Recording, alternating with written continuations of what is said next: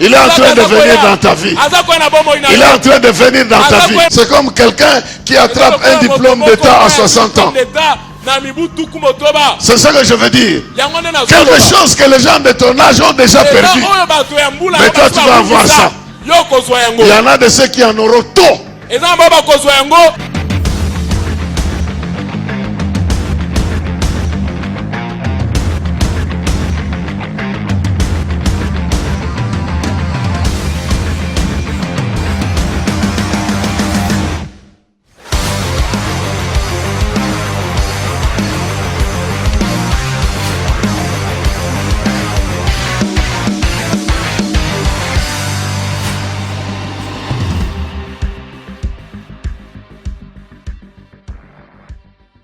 Lisons Marc chapitre 9 verset 1. Marc chapitre 9 verset 1. C'est là que nous allons trouver la troisième occasion divine de la transfiguration.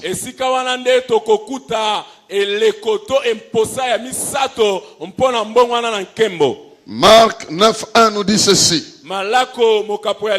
Et Jésus ajouta. Vraiment, je vous le déclare. Quelques-uns de ceux qui sont ici présents ne mourront pas avant d'avoir vu le règne de Dieu venir avec puissance. Quelques-uns parmi vous ne mourront pas avant d'avoir vu le royaume de Dieu venir dans toute sa puissance. La troisième occasion de la manifestation de la gloire de Dieu, c'est lorsque Dieu manifeste son règne. Lorsque Dieu décide de démontrer qu'il est le roi, de démontrer qu'il règne, que le règne lui appartient, le pouvoir lui appartient, la gloire lui appartient, l'honneur lui appartient, l'autorité lui appartient, la royauté lui appartient. Lorsqu'il a l'occasion de démontrer cela, il utilise une puissance au-delà de tous les autres règnes qui peuvent exister. Je suis venu te dire ce soir, sans savoir qui règne dans ta vie, mais je suis venu t'annoncer qu'il y a un qui règne au-dessus de tous les règnes. Il a un règne éternel. Alors, avant d'aller plus loin, j'aime toujours me référer à une manière des hommes de manifester la gloire de leur royaume.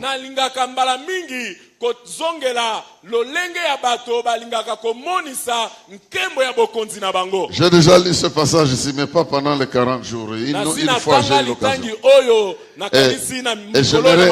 Et j'aimerais commencer aussi par là, avant d'aller plus loin. Il se trouve dans Esther chapitre 1. Comment les gens de ce monde manifestent la gloire de leur règne. Et si les hommes de ce monde ont la capacité de manifester leur règne,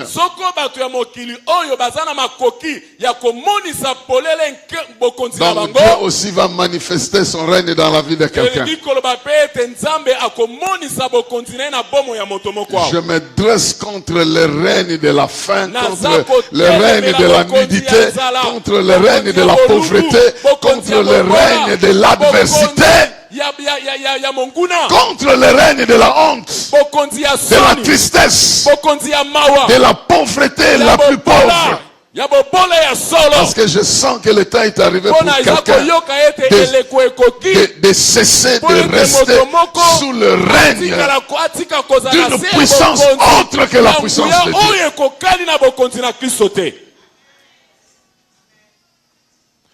Esther chapitre 1 verset 1. Et le suivant. Cette histoire s'est passée du temps d'Exercès. Celui dont l'empire s'étendait depuis l'Inde jusqu'à l'Éthiopie. Et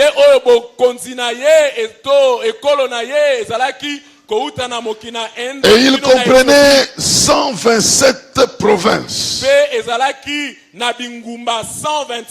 En ce temps-là, quand l'empereur Exercès vint prendre place sur son trône impérial, dans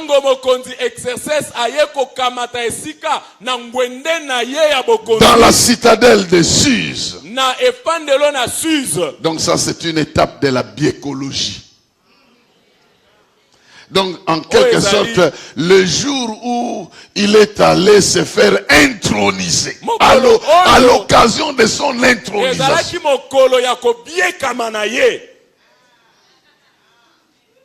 la 3e année de son règne, il organisa un grand festin pour tous ses ministres, ses hauts fonctionnaires, les officiers de l'armée de Perse et de Médès, ainsi que tous les nobles et les gouverneurs de province. Il voulait montrer devant eux la richesse et la gloire de son règne et la splendeur de sa grande magnificence. Les festivités durèrent très longtemps, c'est-à-dire 188 jours.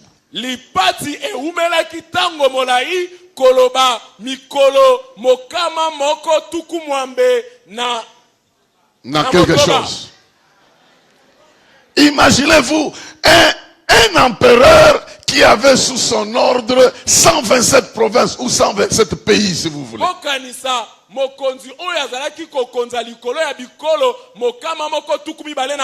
Il invite tous les gouverneurs de province avec leurs équipes. Tous les nobles de ces provinces-là avec leurs équipes.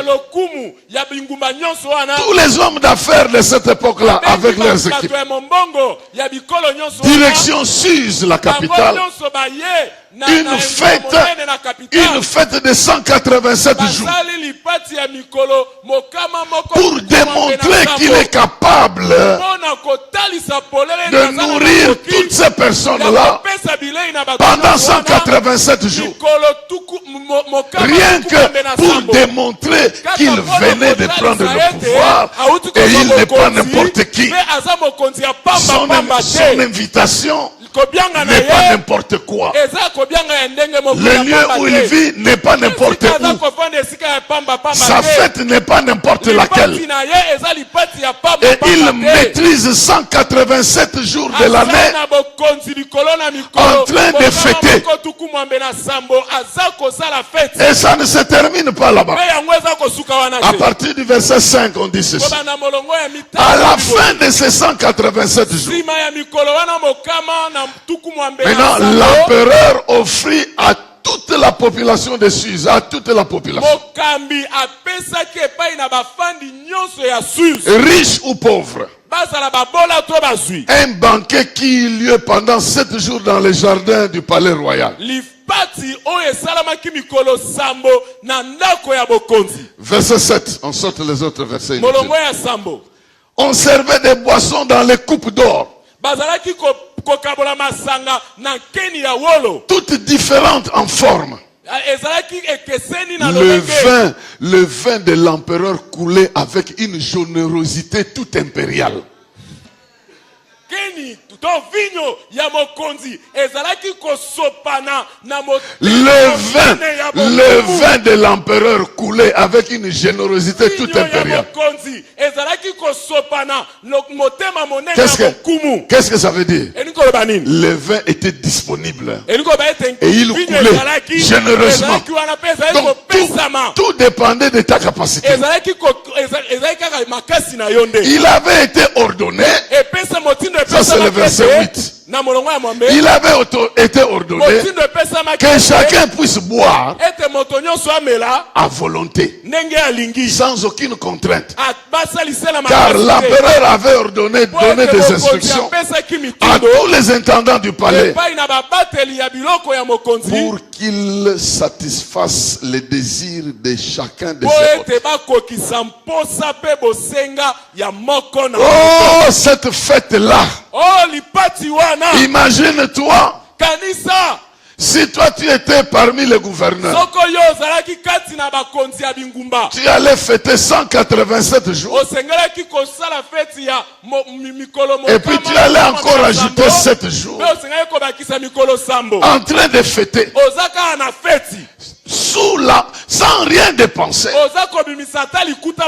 mais sous la générosité de l'empereur. Et puis à cette fête-là, à part tous ceux qui sont venus de 127 provinces, il appelle toute la population de Suse. C'est comme s'il appelait toute la population de la ville de Kinshasa. À part avoir invité tous les gens des différentes provinces, il appelle la population de Kinshasa. Et toute la population pouvait entrer dans son jardin.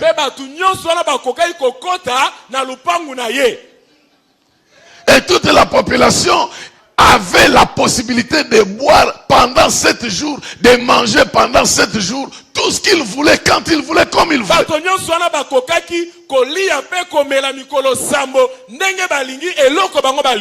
Ça veut dire quoi? C'est ça la gloire du règne.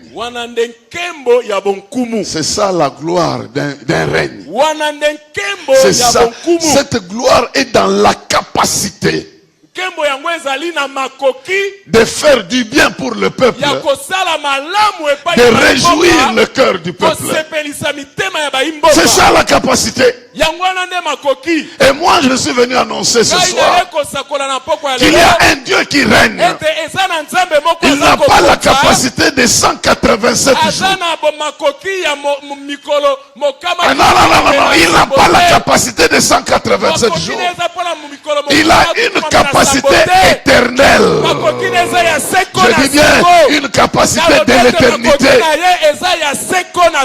L'empereur Xerxès avait une capacité de 187 jours.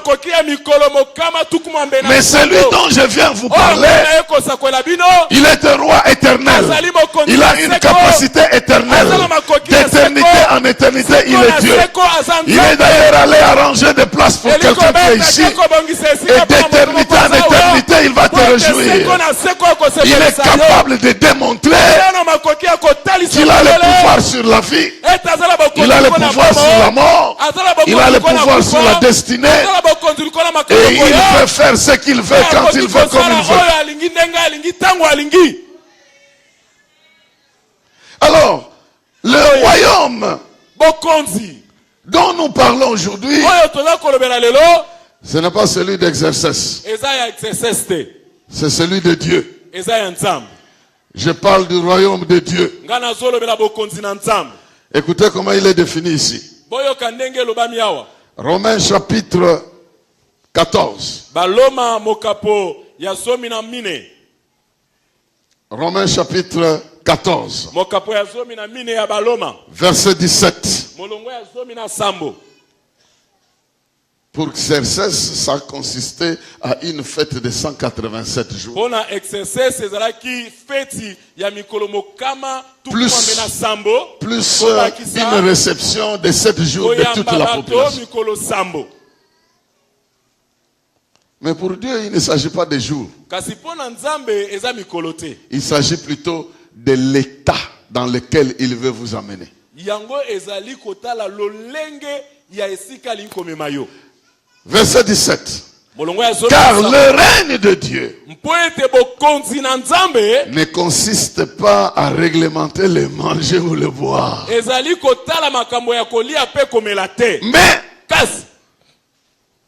à rendre justice et à donner la paix et la joie par la puissance du Saint-Esprit.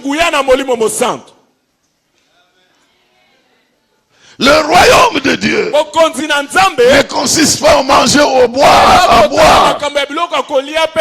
Ça ne se concentre pas sur ce que tu peux manger, sur ce que tu peux boire. C'est pourquoi Jésus disait, ne vous inquiétez pas de ce que vous allez manger ou de quoi vous allez. Votre Père sait que vous en avez besoin.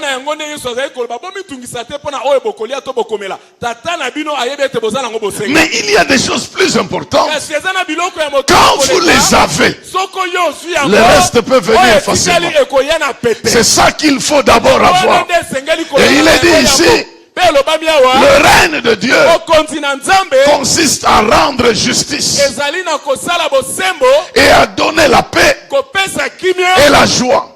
Bien-aimés dans le Seigneur, ce sont les choses que le règne du diable a détruit dans la vie des gens.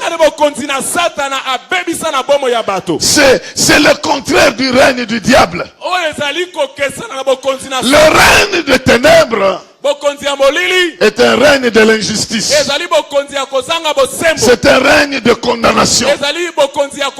C'est un règne dans lequel vous naissez dans des liens. Quelqu'un qui a vécu avant vous a fait des bêtises. Et vous devez payer de ces bêtises-là.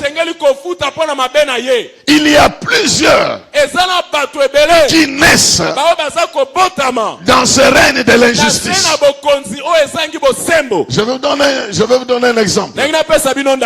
Quand le roi Ézéchias était malade, il a demandé à Dieu de lui accorder d'autres années. Dieu lui a accordé 15 ans de plus. Pendant ces 15 ans que Dieu lui a accordé, il a commis une bêtise. Il a invité les ennemis du peuple de Dieu. Il leur a fait visiter tous les trésors qu'il y avait dans le temple. Et Dieu était fâché contre ça. Mais ce qui me choque quand je lis ce passage, là, c'est que Dieu lui dit ceci: ce malheur-là n'arrivera pas à ton époque. Ça arrivera à l'époque de ton fils. Est-ce que vous pouvez imaginer ça? Donc, le papa a commis des bêtises, mais celui qui doit payer, c'est l'enfant. L'enfant qui naît, il est né dans un environnement injuste en ce qui le concerne, parce qu'il n'est pas responsable de ça. C'est exactement ce qui se passe dans ce monde. Plusieurs d'entre nous, nous naissons dans des familles dont le bonheur a déjà été vendu. Le bonheur a été vendu par des ancêtres qui ont commis les erreurs exactement comme les erreurs d'Ésaü. Pour la nourriture, ils ont vendu le droit d'aînesse. Il y a des gens qui se sont soumis aux sorciers. Ils ont livré leur descendance entre les mains des sorciers. Ils ont livré les diplômes de la famille entre les mains des sorciers. Ils ont livré la capacité de procréer entre les mains des sorciers. Les pauvres enfants qui naissent après naissent dans des familles multiformes. Le papa a laissé la responsabilité aux oncles et les oncles ont manipulé les enfants. C'est ce que papa Mimi disait ici. Vous avez élevé votre enfant, mais comme vous êtes dans une tradition patriarcale ou matriarcale, le jour où votre enfant va se marier, vous n'avez aucun droit, rien du tout. c'est les oncles qui vont commencer à parler. Or, eux, s'ils sont jaloux, ils vont compliquer l'affaire et vous êtes là en train de regarder. Donc, c'est une forme d'injustice qui est déjà établie sur toute la planète. Et c'est à cause de cette injustice que les gens manquent de paix, que les gens manquent de joie. Parce qu'ils n'ont pas accès à leurs droits. Ils n'ont pas accès à leur bonheur. Ils sont bribés dans leurs responsabilités. Alors ils sont tristes. Alors ils n'ont pas de paix. Ça c'est le schéma de l'adversaire. Plusieurs de nous, nous naissons dans ce schéma-là. C'est pourquoi la Bible dit, si quelqu'un est en Christ, il reçoit le pouvoir de devenir enfant de Dieu. 2, il est une nouvelle créature. Les choses anciennes sont passées et les choses nouvelles s'installent. 3, il n'y a plus de condamnation pour ceux qui sont en Christ, parce que c'est la loi de l'esprit de vie qui est en train de régir dans leur vie. Voilà pourquoi, si tu te donnes à Dieu et que Dieu doit manifester son règne dans ta vie, il commence d'abord à établir la justice dans ta vie. Il te justifie contre le péché de la famille, contre le péché du clan, contre le péché de ton passé. Il te libère de cela, il te pardonne de cela, il a payé le prix pour cela, il te rend juste. Et quand tu es juste, tu as le droit de jouir à la vie. C'est pourquoi cette manifestation du règne de Dieu dans ta vie va s'accompagner d'une démonstration de puissance. Parce que les gens réclament ta vie de toutes parts. Ceux qui t'ont élevé, ils cherchent à récupérer l'affaire. Ceux qui ont investi en toi, ils cherchent à bloquer l'affaire. Ceux qui veulent profiter de toi, ils essayent aussi d'intervenir. Tu es au centre de plusieurs personnes, comme un terrain indépendant où chacun veut venir profiter de quoi que ce soit. Mais quand le règne de Dieu vient dans la vie de quelqu'un, Dieu s'occupe de cette personne d'une différente manière. Peut-être que nous ne nous rendons pas compte de la réalité qui se passe dans le monde spirituel pour notre vie. Mais ce qui est vrai, c'est que là où Dieu règne, là où il y a la justice, il établit la justice. Il établit la justice. Je viens proclamer la justice de Dieu dans la vie de quelqu'un. Quand Dieu te justifie, les gens qui t'ont vu condamné vont dire des choses pareilles. En principe, ce type-là ne devait pas mériter ça. Comment il est arrivé là? Ceux de ta famille qui t'ont utilisé comme une marchandise, ils ont vendu ta santé. Je n'ai pas le temps d'aller dans les détails de ça. Quand vous lisez Ézéchiel chapitre 17, Dieu est en train de parler de ces choses-là. Il dit, il existe au milieu de vous des sorciers qui tuent les gens qui devaient vivre et qui font vivre des gens qui devaient mourir. Donc, ils ont le pouvoir d'arrêter la vie de quelqu'un, ou ils ont le pouvoir alors de transférer, de prendre le prolongement de la vie de quelqu'un et d'affecter ça dans quelqu'un d'autre. Peut-être ça ne vous dit rien, mais c'est des réalités qui existent. Il y a des familles, dès que quelqu'un est délivré, les autres meurent. Pourquoi? Parce qu'ils tiennent leur vie de... Toutes les souffrances que tu endures là, c'est parce qu'on a jeté ça sur toi. Tout l'argent que tu dépenses pour soigner des maladies qui n'existent pas, c'est en fait pour qu'eux continuent à vivre C'est ça l'alliance qu'ils ont fait dans le monde des ténèbres. Mais quand le règne de Dieu tombe dans ta vie, il détruit toutes ces règles-là. C'est pourquoi certains d'entre vous vivent des scènes incroyables dans la famille. Tu aides les gens. Tu es gentil envers eux. Mais ils ne t'aiment pas. Ils te haïssent au point où tu demandes. C'est moi qui donne ça. C'est moi qui donne ça. Comment ils ne m'aiment pas? Ils ne t'aiment pas parce que ce que tu donnes là ne les aide pas dans ce qu'ils veulent faire. Ils ne veulent pas ce que tu donnes. Ils te veulent toi. Comme ça, ils te commandent. Mais là, ils n'ont pas le pouvoir de te commander. Ils le reçoivent simplement comme des gens malheureux chez qui tu vas jeter ce que tu jettes. Je ne sais pas si je parle à quelqu'un ce soir, mais je suis venu dire que lorsque Dieu veut se glorifier, il veut transfigurer la situation. Il utilise son règne. Il va régner dans ta vie, il va régner dans ta santé, il va régner dans ta famille, il va régner dans ton travail, il va régner dans plusieurs domaines. Et quand il règne, il vient manifester sa justice. C'est pourquoi j'aimerais dire à quelqu'un, tu auras un dédommagement des années de travail que tu as fait. Tu as travaillé dans des impayements de certaines choses qui sont tes droits.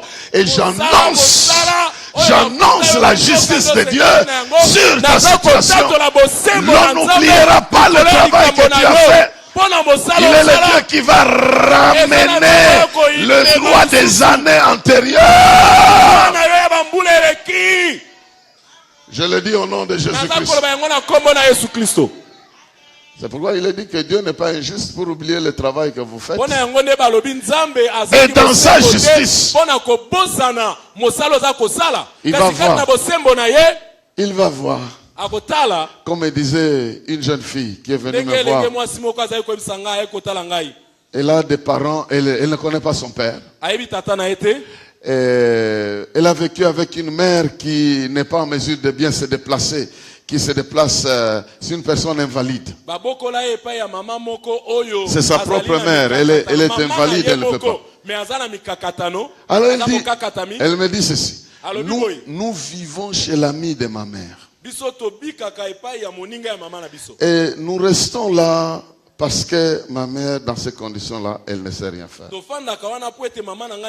Alors, la famille a des jeunes et des grands enfants et tout ça. Alors, moi, mon travail, c'est de faire tous les travaux de la maison. De laver tous les habits de tout le monde. De faire la vaisselle pour tout le monde. Y compris des sous-vêtements de tout le monde. Je ne peux pas sortir si je ne fais pas ce travail. Vous voyez un monde injuste. Et puis quand elle est venue, elle m'a parlé de ça.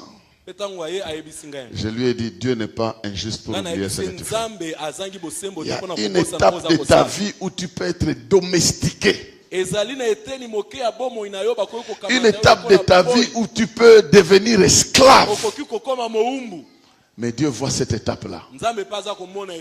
La sortie, c'est Dieu qui doit manifester sa gloire. Pour sortir de ces conditions-là, il n'y a que Dieu pour manifester son autorité. Elle a eu son diplôme d'État sans que personne d'autre ne l'ait aidé. Sinon, ce que vous avez fait au travers de notre responsabilité. Des personnes comme ça se convertissent sans qu'on les évangélise. Il dit, ce Dieu-là, moi aussi je dois l'aimer, je dois travailler, je dois vivre pour ce Dieu-là. Je dois m'engager pour ce Dieu-là. Et c'est des gens comme ça qui assistent à la main puissante de Dieu dans leur vie. Je suis venu, si je raconte ça, c'est parce que je sais que c'est des épisodes de vie de plusieurs personnes d'entre nous. Et je suis venu vous dire que à cause du règne de Dieu, il faut qu'une période de ta vie puisse changer d'éclat. Parce que tu n'es plus esclave, tu es libre. Et le règne de Dieu veut démontrer que tu n'es plus sous le règne ancien. Mais Dieu va te donner d'autres faveurs que le monde ne te reconnaîtra pas.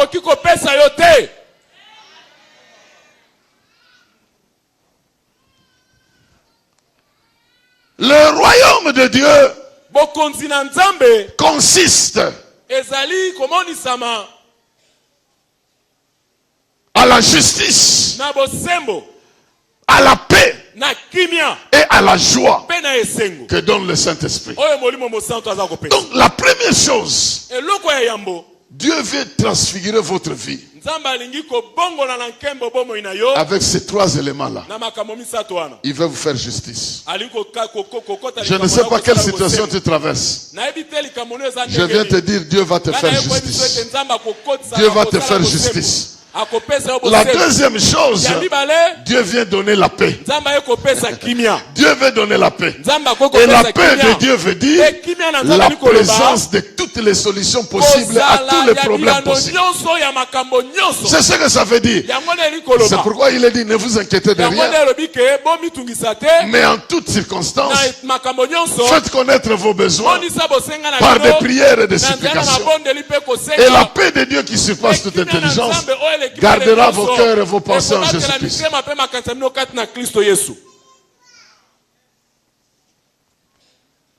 Dieu va se glorifier dans ta vie en t'apportant la paix. Il va t'apporter la paix. Et la paix veut dire la solution au problème. Écoute-moi. Tu as été gonflé par le nombre de problèmes. La paix de Dieu va te retourner à ta taille normale. Parce qu'il va récupérer le poids de ta vie. Le poids que tu portes dans ton cœur. Le poids que tu portes dans tes pensées. Le poids que tu ne sais pas transporter. Le poids qui t'a bloqué a bloqué ta marche. Il y a un Dieu qui connaît ce poids-là. Il proclame la paix. Et il est le Dieu de paix. C'est lui qui console en apportant la solution à la place des troubles. Les troubles vont dire au revoir à quelqu'un ce soir. Parce que le Dieu de paix, il viendra intervenir en ce qui te concerne. Demande à Job. Il a vécu la paix. À part les troubles, il a vu la paix de Dieu. Il a vécu la joie de Dieu. Demande à la veuve de Naïn qui a perdu son fils. Elle a vécu la paix. Parce que Jésus a bloqué et annulé l'enterrement de ce qui lui était précieux. C'est prophétique pour toi. Il va annuler l'enterrement et la disparition de ce qui est précieux dans ta vie. Parce qu'il va te donner la paix. Il va combattre toutes les raisons de trouble dans ta vie. Ce qui trouble ta vie, il va le combattre. Il va le vaincre. Il va l'enlever. Si c'est dans ta propre vie, il va enlever ça. Si c'est à ton travail, il va enlever ça. Si c'est dans tes projets, il va enlever ça. Si c'est dans tes enfants, il va enlever ça. Il te donne la paix pour démontrer qu'il peut te faire passer des temps de troubles au temps de paix. Que tu reçoives la paix. Que tu reçoives la paix. Vis-à-vis de ta santé. vis-à-vis de ta santé. La maladie n'a pas le dernier mot. La crise n'a pas le dernier mot. Le manque d'argent n'a pas le dernier mot. La douleur que tu ressens dans le corps n'a pas le dernier mot. Sur ta progéniture, la stérilité n'a pas le dernier mot. Les myomes n'ont pas le dernier mot. Les kystes n'ont pas le dernier mot. L'impotence de ton mari n'a pas le dernier mot. Les capacités, les infirmités n'ont pas le dernier mot. Il y a un Dieu de paix et je proclame sa paix dans ta vie. Qu'il apporte la solution dans ta vie. Dans le nom puissant de... Parce qu'il règne, il faut qu'il y ait un changement. Il est incroyable que là où l'alcool règne,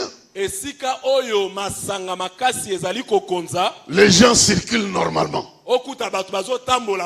C'est impossible. Quand ils sont pris en charge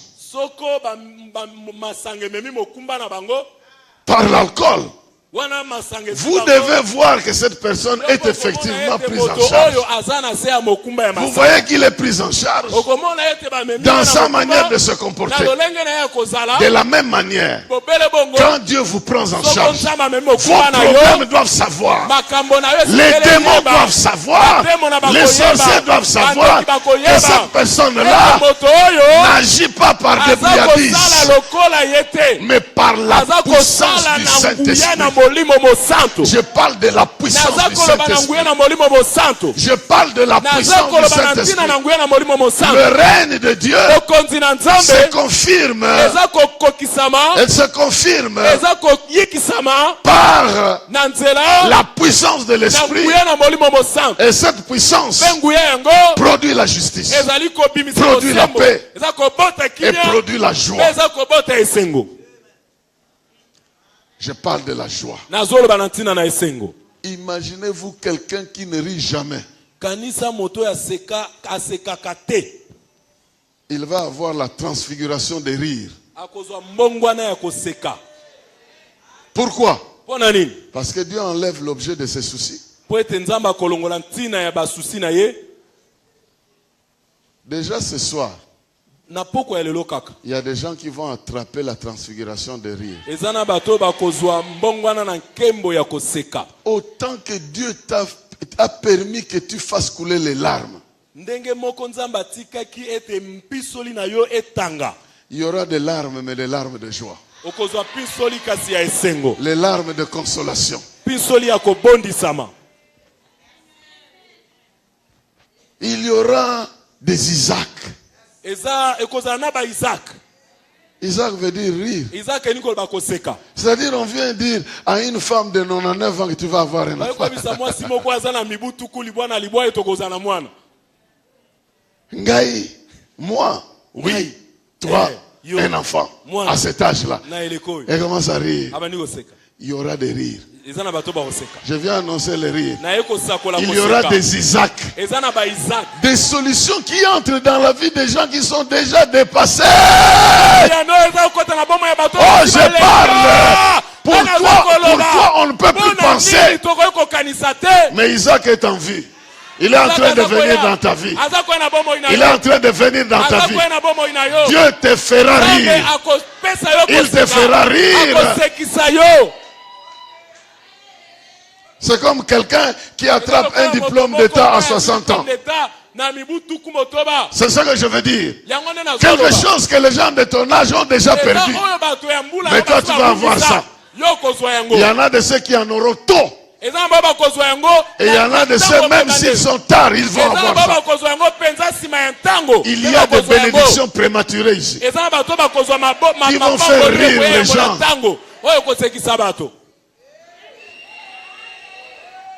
Je vois la jeunesse.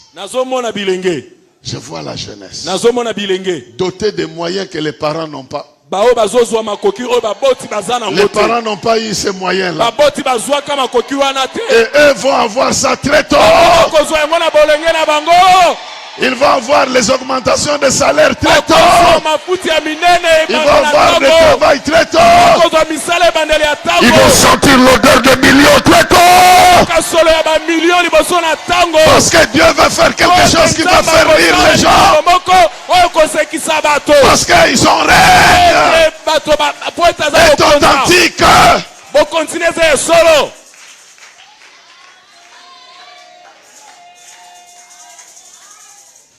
Il va faire quelque chose qui étonnera les autres membres de ta famille. Là où Dieu manifeste son règne. Parce qu'il va te transfigurer. Crois en ces trois choses-là. Et reçois ces trois choses-là. La justice de Dieu. J'aimerais déjà dire, ne regarde plus ta vie comme tu la vois là. Dieu est juste. Dieu est bon.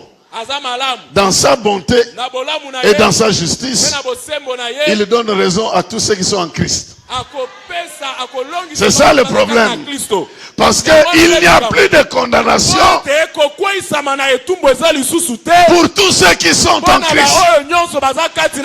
Même là où tu t'es condamné toi-même, où tu te dis, en tout cas, je mérite ça parce que c'est moi-même qui ai voulu. La justice de Dieu viendra te prouver le contraire. Elle viendra te prouver le contraire. Parce que Dieu sait que sans sa justice, tu ne peux pas aller loin. Sans la justice, il n'y a pas de paix, il n'y a pas de joie. Mais il veut réjouir quelqu'un. Il veut réjouir quelqu'un. Je dis bien, il veut réjouir quelqu'un. Tout ce que l'ennemi a volé, la justice de Dieu va te rétablir dans tes droits. Si tu as passé le temps dans les privés en train de pleurer toi-même, jusqu'à quand cette histoire passera?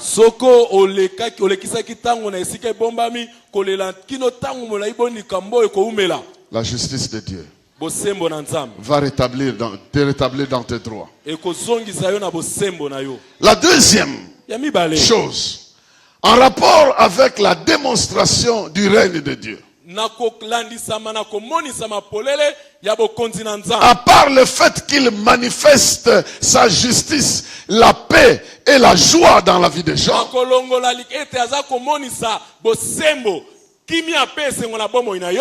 il glorifie le service. Il honore le service au sein de son royaume. Il honore le service au sein de son royaume. En d'autres termes, tous ceux qui le servent, ils doivent recevoir l'honneur qui vient de la part de Dieu. C'est pourquoi il est dit, vous allez voir la différence entre ceux qui servent l'Éternel et ceux qui ne le servent pas. Si tu sers l'Éternel, parce que tu es dans son royaume, il doit se te distinguer. C'est le royaume de ce monde ici qui ignore les services. Le système de ce monde, qu'on appelle Babylone dans la Bible, c'est le système qui avilit l'homme et qui l'écrase. C'est pourquoi quand vous lisez Ecclésiaste, tu vas entendre des expressions comme il y a quelque chose de mal que j'ai vu sous le soleil. J'ai vu un homme, pendant toute sa vie, il a accumulé les richesses, mais il n'a pas pu jouir. Il a laissé ça aux gens qui ont gaspillé ça sans connaître la douleur que l'autre avait subie. Parce que c'est sous le soleil. Le travail que tu fais, si tu ne le fais pas pour Dieu, en tout cas, tu es pitoyable. Si ce que tu fais, tu le fais pour Dieu, tu seras honoré. C'est pourquoi il est dit, soit que nous mangions, soit que nous buvions, quoi que ce soit que nous fassions, parce que nous sommes dans le royaume, nous voulons le faire avec l'intention d'honorer Dieu dans notre vie. Dieu veut que nous soyons un royaume de sacrificateurs. Que nous soyons au service de Dieu lui-même. Un sacrificateur, c'est un lien entre les hommes et Dieu. C'est-à-dire, c'est lui qui fait connaître Dieu aux hommes et c'est lui qui rapporte les problèmes des hommes à Dieu. C'est ça notre rôle. Et si notre vie, nous la mettons au service de Dieu, parce qu'il règne, il va intervenir à notre faveur. C'est pourquoi je t'encourage, même si tu es dans une société où tout le monde triche comme tout le monde, et que pour l'intérêt de ton Dieu, tu refuses de faire comme tout le monde, ce Dieu-là honorera ton service. Je le déclare au nom de Jésus-Christ. Même si tu te sens abandonné, même si tu as perdu ce travail dans ces conditions-là, même si tu as été minimisé, il y a dans ta vie le règne de Dieu. Tu ne mourras pas à cause de ça. Il te fera d'autres occasions. Il devra se glorifier dans ta vie.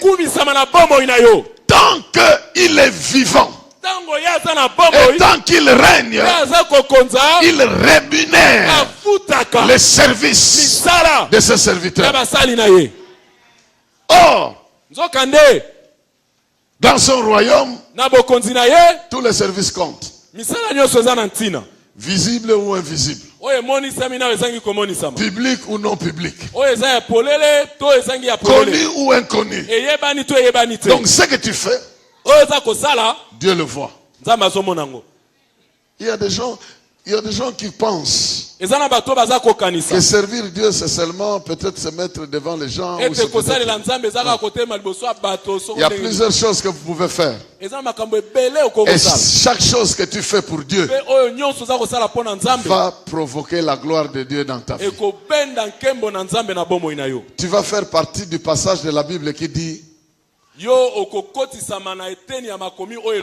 touchez pas à mes oins. Ne touchez pas à mes oins. Quelqu'un va te toucher, mais il se rendra compte que tu es au service du roi des rois. Une fois, on était dans le terrain de J33 là. On est venu nous dire qu'on devait enlever tous les véhicules, sinon on va les jeter. Alors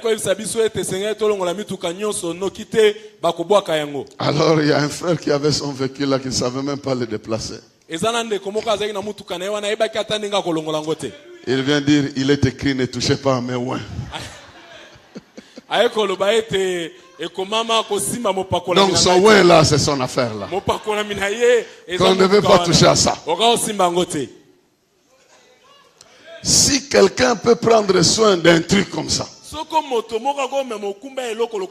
Dieu ne prendra pas soin de toi? Parce que cette affaire-là lui rend service. Partout où Dieu a un intérêt, cet endroit-là est protégeable. Cet endroit-là est sous le regard du Dieu puissant. Alors je vous encourage à servir Dieu avec ton intelligence, avec ta beauté, avec ton corps, avec tes biens, avec ton argent, avec ton travail, avec ta famille. Comme il est écrit, moi et ma maison, nous avons choisi de servir l'Éternel. Si nous sommes sous son règne et que nous servons à ses intérêts, il va manifester sa gloire. il finira par manifester sa gloire. Parce que quand vous lisez Daniel chapitre 2, à partir du verset 44, il est écrit que dans ce temps-là, il y aura un autre royaume qui va commencer. Ce royaume-là détruira tous les autres règnes. Et lui-même, il s'établira éternellement. Alors je suis venu te dire, tu peux être seul dans un service où il y a 100 personnes. Le seul chrétien parmi tout le monde. La main de Dieu est sur toi. Tu seras inébranlable. Tes droits ne seront pas aliénables.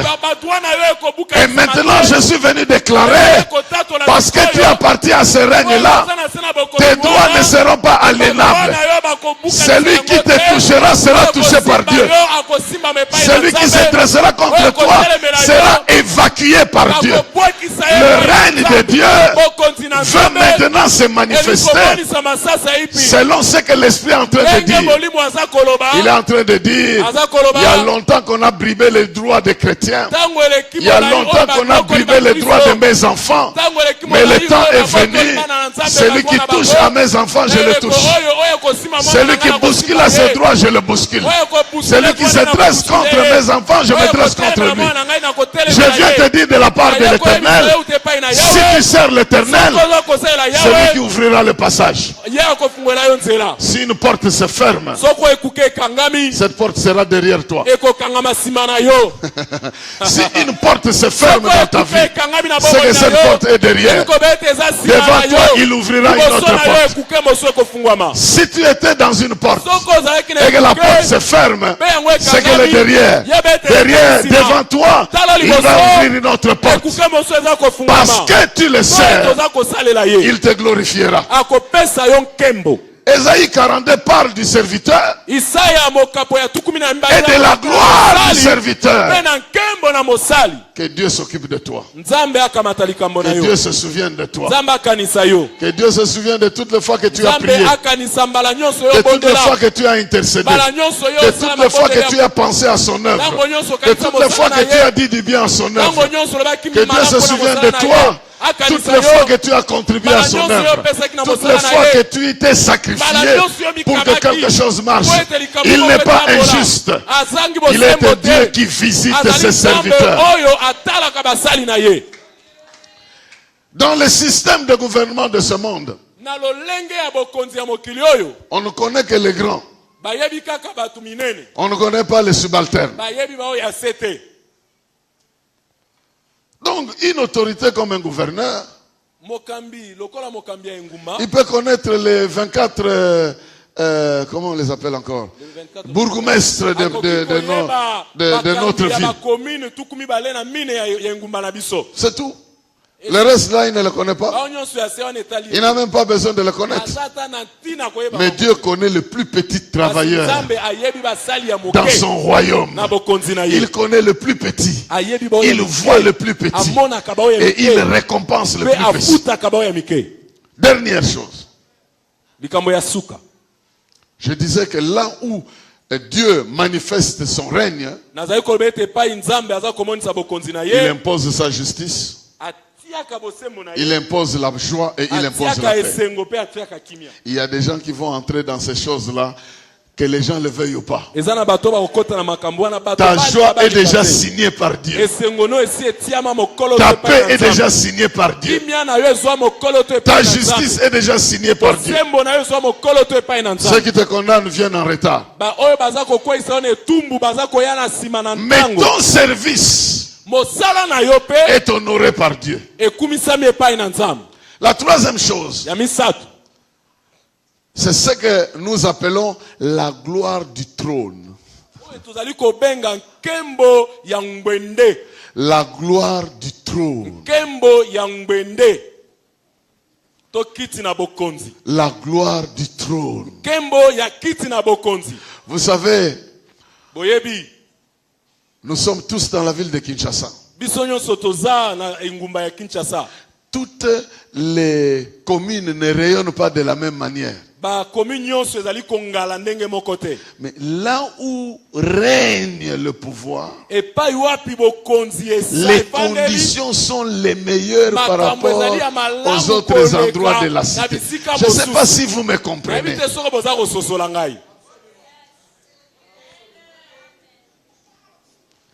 La ville n'a pas le même éclat. Si on décide d'amener la capitale de la République démocratique du Congo dans un petit coin, ce coin-là changera.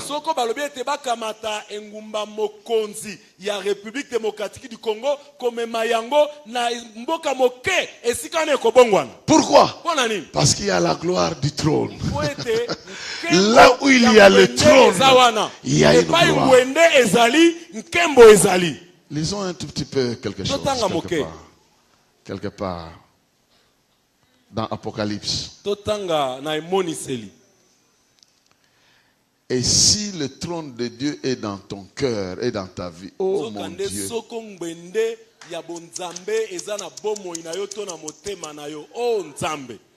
il y a quelque chose qui doit se passer. Dieu a-t-il installé son trône en toi, oui ou non? Si il a installé ça, alors il y a quelque chose qui doit se passer. Il y a la transfiguration qui doit se passer. Apocalypse, chapitre 5.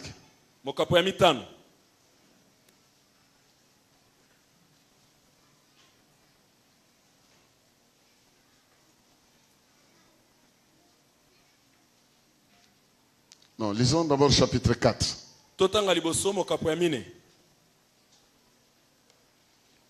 Chapitre 4. À partir du premier verset. Après cela, j'ai vu une porte ouverte dans le ciel. Et la voix que j'avais entendue me parler au début et qui résonnait comme une trompette me dit: monte ici et je te montrerai ce qui doit arriver après. À l'instant, l'esprit se saisit de moi. Et voici, il y avait un trône dans le ciel.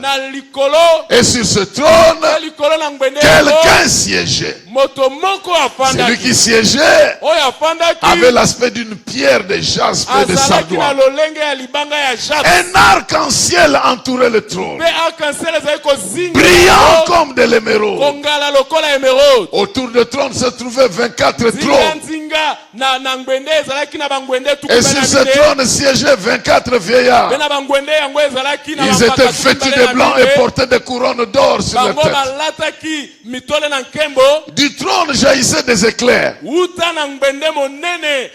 voix, des coups de tonnerre. Devant le trône brûlaient les 7 flambeaux ardents qui sont les 7 esprits de Dieu. Devant le trône s'étendait comme une mer de verre, transparente comme du cristal. Autour du trône, et tout autour 4 êtres vivants, entièrement couverts d'yeux, devant et derrière. Le premier ressemblait à un lion, le deuxième à un jeune taureau, le troisième avait l'aspect pareil à celui d'un homme, et le quatrième était semblable à un aigle en plein vol. Chacun de ces êtres vivants avait 6 ailes, couverts Dieu par-dessus et par-dessus. Jour et nuit, il ne cessait de dire: Saint, Saint, le Seigneur, le Dieu Tout-Puissant, celui qui était, celui qui vient. Quelqu'un peut dire Amen. Chapitre 5. Chapitre 5.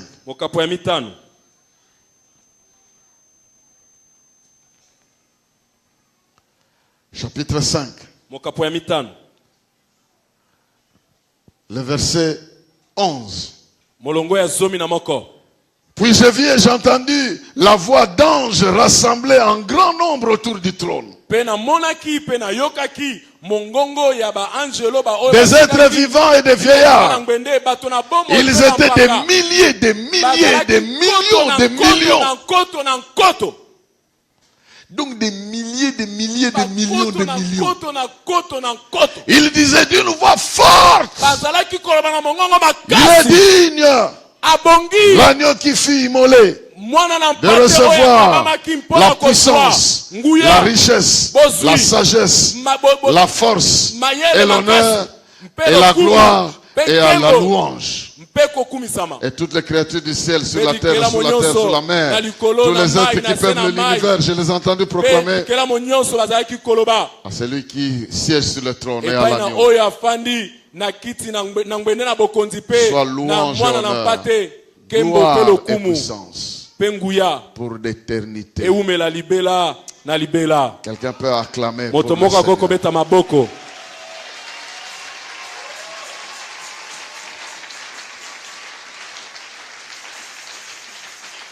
Vous pouvez oublier tout ce qu'il y avait autour du trône.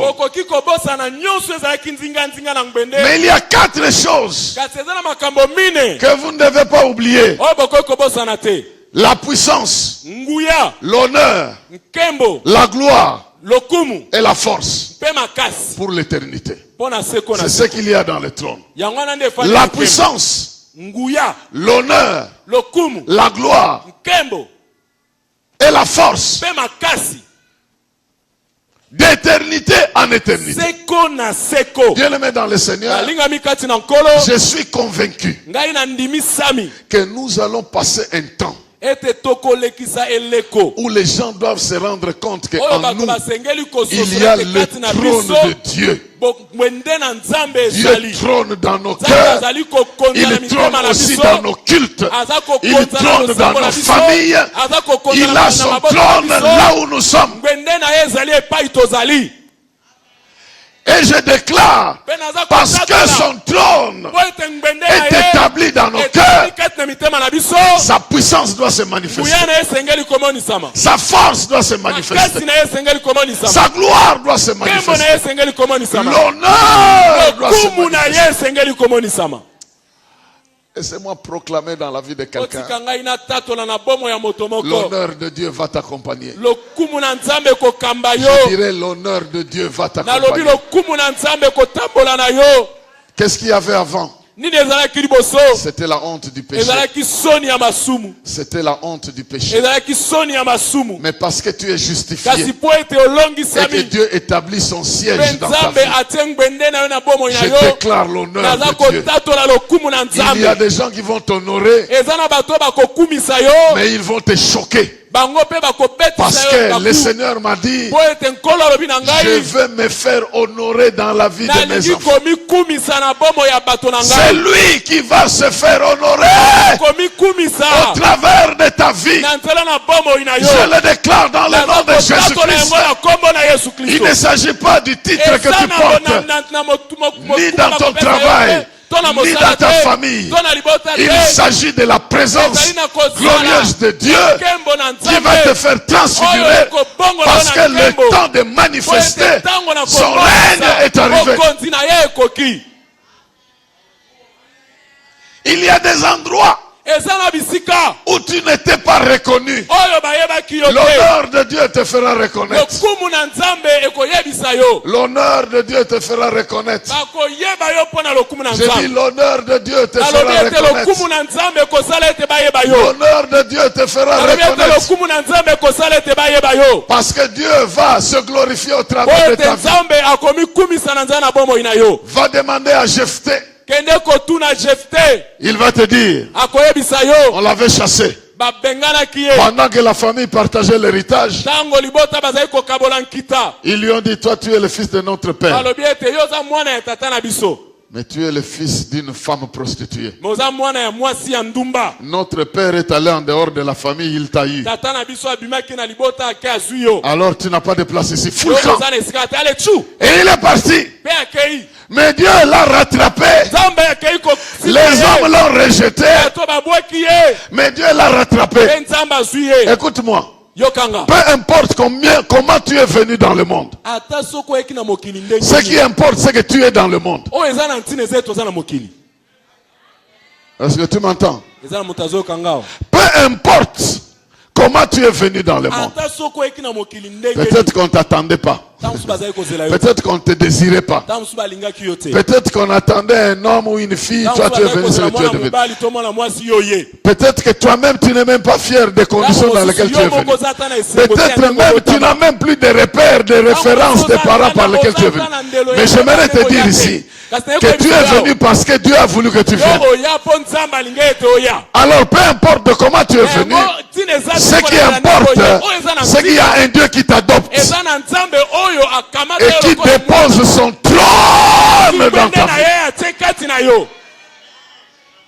Qui dépose son trône dans ta vie. La notion de l'adoption, elle est une notion très importante que vous ne devez pas oublier. Jésus-Christ est appelé fils de David. Marie n'était pas de la tribu de David. C'est Joseph qui était de la tribu de David. Mais Joseph n'est pas directement son père. Et Jésus est appelé fils de David. Simplement parce que David lui a prêté, l'a adopté humainement parlant. Dieu qui passe par l'adoption pour accomplir la loi. Comment il ne va pas passer par les conditions incertaines de ta naissance, les conditions floues de ta naissance? Je m'en fous de ça. Mais je suis venu te dire, il y a un trône. Bientôt les éclairs vont sortir de toi. Les tonnerres vont sortir de toi. Quand tu vas parler, les gens entendront des tonnerres, des éclairs, des foudres vont sortir. La puissance de Dieu va s'éclater en toi. Et là où il n'y avait pas l'honneur, il y aura l'honneur. Parce que la puissance de Dieu est installée en toi. Jésus a dit, si quelqu'un m'aime, moi et mon Père, nous irons faire notre demeure chez lui. Comment il peut faire ce demeure-là sans son trône? Dieu peut-il siéger sans trône? Alors il y a plusieurs trônes ici. Il y en avait 24 autour du trône. Mais il y en a plein sur la terre aujourd'hui. Il y a plusieurs trônes. Parce que Dieu règne dans nos cœurs. Et qui va le détrôner de ton cœur? Personne ne va le détrôner. Voilà pourquoi, à partir de ton cœur, il commande la joie, il commande la justice, il commande la paix, il commande la victoire, il commande l'autorité, il commande l'honneur. Et parce que tu le sers, il se sert de toi. Parce que tu le sers, je prie que les réalités du royaume se manifestent dans ta vie. De la même manière que le coin où il y a le trône est clean, est meilleur. Quelque chose dans ta vie va te distinguer des autres. Vous êtes plusieurs dans la famille. Mais là où il y a le trône de Dieu, ça sera différent de là où le diable a mis son trône. Toi, tu sortiras des foudres qui vont intercepter les malédictions qui viennent. C'est des antimissiles contre les puissances de ténèbres. Tes prières changeront d'ardeur et d'autorité. Tes déclarations pour ta famille vont s'imposer. Là où il n'y a pas de bénédiction, tu apporteras la bénédiction. Là où il y a la malédiction, tu l'arrêteras. Parce que le pouvoir de Dieu circule avec toi. Il y a même des gens qui sont allés chercher la bénédiction chez les parents. Les parents ne les ont pas bénis. Bénissez-les. Bénissez-les. Pambola bango. Parce que le trône est à ton niveau. Parce que bokonzi eza na motema na yo. Et toute décision qui vient du trône, Pe mokano nyonso uti na ngwende. aucune instance ne peut changer ça. Motoko ko bongola ngwa zate. Prends conscience Zoma yele. que le règne de Dieu est parmi vous. Ete bokonzi na Nzambe eza likolo. Je vais terminer par cet exemple. Na yiko sukisa na ndakisa oyo. Les magiciens de l'Égypte, Bato na soloka ya mboka Egypte. confrontés à la manifestation de la puissance du règne de Dieu par Moïse, Bawe bakutanaki na komonisama na nguya na bokonzi na Nzambe na nzela na Mose. ils ont imité quelques miracles. Bango bamekaki kosala ndambo ya bikamwa. Premier miracle, Bamekoli ils ont fait. basali. Deuxième, Ya mibale ils ont fait. basali. Ya Troisième, misato ils ont fait. basali. Quatrième, Ya mine ils disent non, babite ici, oyo ça c'est le doigt de Dieu. oyo eza musapi ya Nzambe. Maintenant, Sikoyo. si Dieu voulait, So Nzambe alingaki. comme il comprend que maintenant ils ont compris que c'est moi, Lokola basosoli ete eza ngai. j'arrête là. Na telemi. Non, Dieu n'arrête pas là. Nzambe asuki wana te. Il s'arrête au troisième. Bango basuki na oyo misato. Lui fait le quatrième. Nzambe asali ya Il mine. fait le cinquième. Asali ya Il fait le mitano. sixième. Asali Il ya fait le motoba. septième. Il Asali fait ya le sambo. huitième. Il Asali fait ya le mobe. neuvième. Il Asali fait ya le dixième. na oyo sumu. Dieu va exagérer dans ta vie. Akolekisa na bomo ina yo. Il va creuser la distance. Il va creuser la distance. Il va creuser.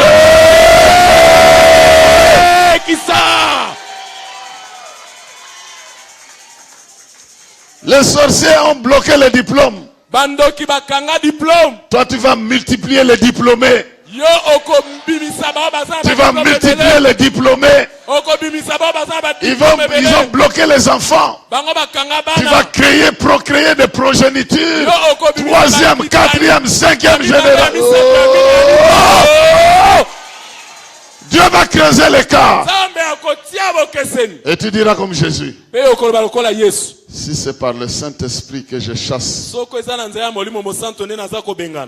les démons, donc le royaume de Dieu est parmi vous. Que Dieu vous bénisse.